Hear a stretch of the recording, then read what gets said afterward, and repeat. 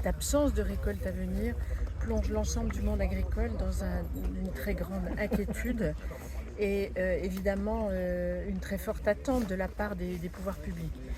Alors on essaie de réagir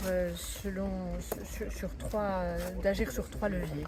Il y a d'abord l'urgence, répondre à l'urgence, l'urgence de pouvoir être soutenu financièrement pour pouvoir tout simplement vivre.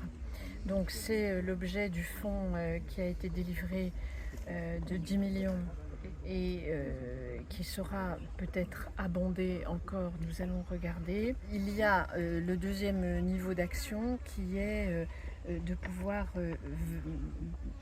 anticiper toutes les aides habituelles qui sont délivrées, de pouvoir les délivrer dès maintenant, parce que c'est maintenant que c'est utile et pas attendre cet été, le mois de juillet, mais dès le mois d'avril. Il y a un certain nombre de dispositifs, soit sur fonds nationaux, soit sur fonds européens, qui puissent être délivrés de façon anticipée. Et puis il y a un troisième niveau d'aide qui est celui de penser l'avenir, parce que il faut aussi pouvoir réfléchir à la façon dont toutes ces filières, fruits et légumes, canne et élevage, parce que c'est les trois grandes familles agricoles de la Réunion et qui sont toutes extrêmement précieuses et qui font de la Réunion un exemple en matière agricole en Outre-mer.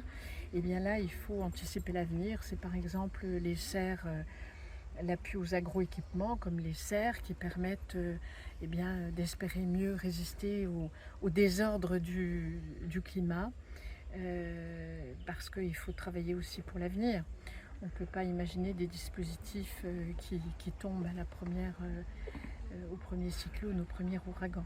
Donc voilà, le message que je tiens à faire passer, c'est que le travail va continuer. Il va continuer avec les producteurs, il va continuer avec les OPA, les organisations professionnelles agricoles, avec l'ODEADOM, avec l'ensemble des interlocuteurs qui sont ceux de mon ministère. Et dès mon retour, je vais avec mes services concernés faire un débrief complet de la situation et voir comment, aussi bien au niveau